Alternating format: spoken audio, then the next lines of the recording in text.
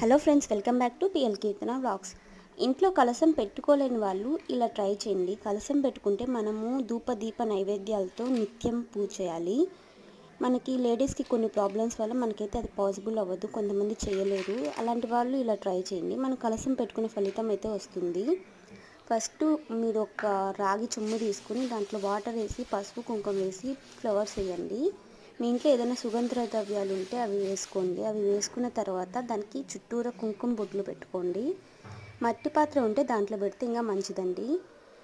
మళ్ళీ మీ ఇంట్లో మామిడి ఆకులు కానీ లేదంటే తమలపాకులు ఉంటాయి కదా, తాంబూలం వేసుకుంటారు, ఆకులు ఇలా చుట్టూరా పెట్టుకోండి.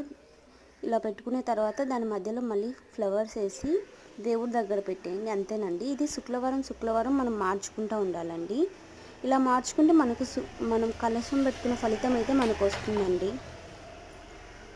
నా వీడియోస్ ఇంతవరకు చూసారంటే నచ్చిందని అనుకుంటున్నాను. లైక్ చేయండి, షేర్ చేయండి, సబ్స్క్రైబ్ చేయండి. ఉంటా అందరికీ బాయ్.